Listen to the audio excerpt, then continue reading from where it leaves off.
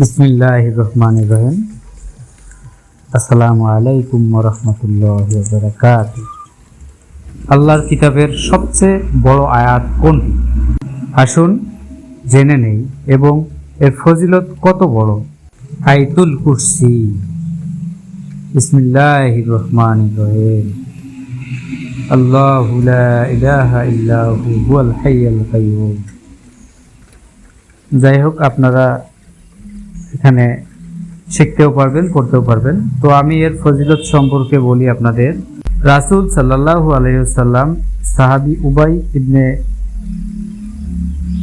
কাব রাদিয়াল্লাহু কে জিজ্ঞাসা করেছিলেন, আল্লাহর কিতাবের সবচেয়ে বড় আয়াত কোনটি?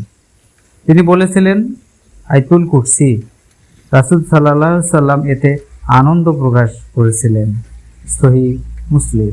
যে ব্যক্তি সকালে আয়াতুল কুরসি পাঠ করে সে সন্ধ্যা পর্যন্ত শয়তান থেকে রক্ষা পায়, এবং যে সন্ধ্যায় পাঠ করে সে সকাল পর্যন্ত নিরাপদ থাকে। যে ঘরে এটি পাঠ করা হয় সে ঘর থেকে শয়তান বের হয়ে যায়। রাসূল সাল্লাল্লাহু আলাইহি ওয়াসাল্লাম আরো বলেছেন, যে ব্যক্তি প্রত্যেক ফজরের নামাজের পর আয়াতুল কুরসি পাঠ করবে তার জান্নাতে প্রবেশ করতে মৃত্যু ছাড়া আর কোনো অন্তরায় থাকবে না।